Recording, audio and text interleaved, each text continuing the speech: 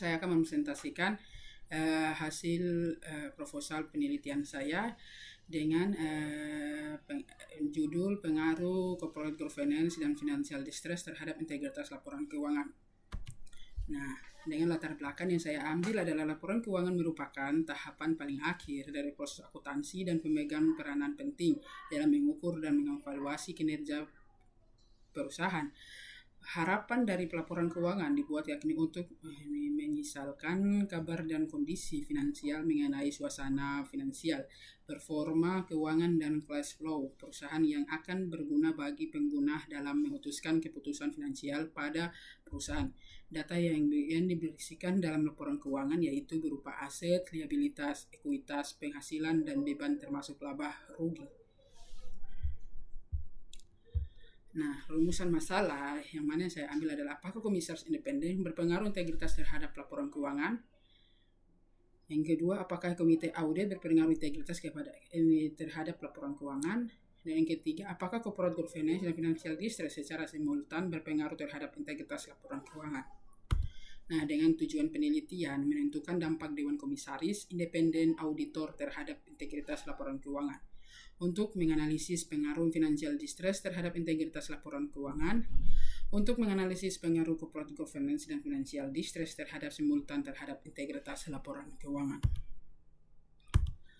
Nah, manfaat penelitian, yang mana manfaat teoritis penelitian ini diasumsikan mampu meningkatkan serta memberi bukti yang empiris tentang hubungan antara variabel bebas, independen, Dewan Komisaris Independen, Komite Audit Ukuran Perusahaan, reputasi KAP, dan juga financial distress terhadap integritas laporan keuangan.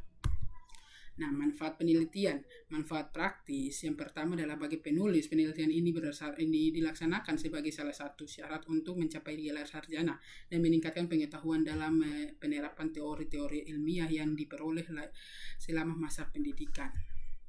Nah, yang kedua, bagi investor, kreditor, serta pengguna laporan keuangan yang lainnya, penelitian ini dilakukan agar bermanfaat dalam menganalisis laporan keuangan emite yang diterbitkan dalam pengambilan keputusan di suatu perusahaan atau sektor perusahaan tertentu. Nah, yang ketiga, poin terakhir adalah bagi investor eksternal. Penelitian ini diharapkan dapat dijadikan sebagai bahan relevansi dan review bagi auditor eksternal untuk mematuhi peraturan pemerintah yang mengembangkan kebijakan mengenai durasi interaksi antara auditor dan klien dan untuk pemberian pendapatan audit. Nah, dengan kajian teori, corporate governance GCG merupakan prinsip yang bertugas untuk mengontrol dan mengatur jalannya perusahaan agar dapat menghasilkan nilai tambah untuk semua pihak berkepentingan. Citra 2013 dalam Akram Pak Basuki dan Budiarto 2017. Integritas laporan keuangan merupakan prinsip yang memiliki sifat netral, tidak berbohong dan melihat kondisi seperti apa adanya serta mengemukan kondisi disebut sesuai dengan yang dilihat. Kepemilikan institusional merupakan proporsi banyaknya saham yang dimiliki institusi yang dimaksud di sini adalah lembaga seperti asuransi bank, perusahaan investasi, dan institusi lainnya. Nah, dengan kajian teori, Lefrage Kamsir 2014 113 mendefinisikan rasio relevan sebagai rasio yang berguna untuk mengukur seberapa besar aset perusahaan yang berasal dari utang. Nah, sedangkan financial distress menurut Platt dan Platt 2002, financial distress adalah penurunan kondisi keuangan perusahaan sebelum kebangkrutan atau likuidasi. Nah, dengan penelitian terdahulu yang mana pengaruh corporate governance, financial distress, dan ukuran perusahaan terhadap integritas laporan keuangan dengan Anissa Nurbaiti, Utami Lestari, Nabili Aliani, dan Tayeb. Variabel independen corporate governance, financial distress, ukuran perusahaan, variabel independen integritas laporan keuangan. Yang sampaian teknik analisis data populasi penelitian yaitu perusahaan PT Hanson Internasional Tbk yang melanggar peraturan mengenai integritas laporan keuangan pada tahun 2016 silam. Nah, ini hasil penelitian secara simultan ditemukan pengaruh yang diberikan pada variabel dependen serta parsial, pemilikan institusional, pemilikan manajerial, komite audit, komisaris independen, dan finansial distress tidak memiliki pengaruh terhadap integritas laporan keuangan. Kerangka pemikiran adalah gambaran atau diagram yang menggambarkan semua variabel dan hipotesis suatu penelitian. Berikut merupakan gambaran kerangka pemikiran penelitian ini, yang mana diagram hubungan antara variabel corporate governance dan financial distress berpengaruh integritas laporan keuangan. Hipotesis hari pertama komisaris independen berpengaruh positif dan signifikan terhadap integritas laporan keuangan. Komite audit berpengaruh positif dan signifikan terhadap integritas laporan keuangan. Financial distress berpengaruh negatif dan signifikan terhadap integritas laporan keuangan. Ukuran perusahaan berpengaruh positif dan signifikan terhadap integritas keuangan.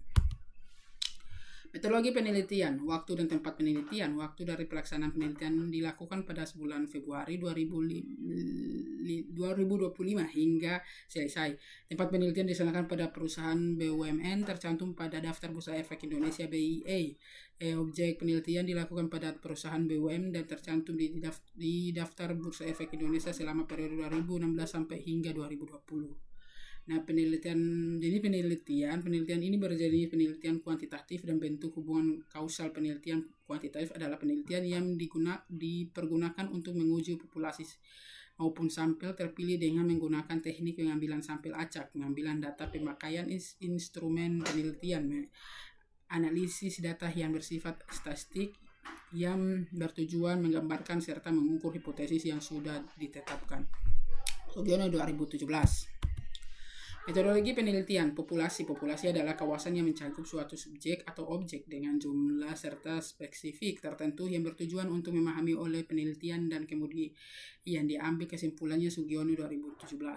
Sedangkan sampel didefinisikan sebagai pemecahan atas populasi yang mempunyai jumlah dan kriteria tertentu. Sugiono 2017. Sampel dapat diambil dari populasi yang dianggap luas dan suatu penelitian. Teknik pengambilan sampel menggunakan cara posif sampling dan penelitian ini yaitu metode pemilihan sampel yang didasarkan pada spesifikasi tertentu. Nurdiah dan Pradika 2017. Metodologi penelitian yang saya ambil adalah daftar jumlah perusahaan yang dijadikan sampel. Yang pertama dengan keterangan total perusahaan BUMN yang terdaftar di Bursa Efek Indonesia periode 2016 sampai 2017 adalah 20. Jadi dari 20 perusahaan itu, perusahaan sektor keuangan adalah 5. Perusahaan yang tidak menerbitkan adalah 2. Yang tidak menerbitkan annual report dari tahun 2016 sampai 2020 itu adalah 2. Nah, perusahaan yang mematuhi kriteria adalah 15 perusahaan. Sampel kriteria sampai penelitian itu adalah 15 perusahaan. Tahun penerbitan adalah 6. Data observasi adalah 71. Semua data observasi adalah 71. Nah, metodologi penelitian, data dan sumber data. Data yang dipakai untuk penelitian ini diambil dari data sekunder. Data yang dipakai menggunakan laporan tahunan perusahaan BUMN dan terdaftar pada Bursa Efek Indonesia atau BEI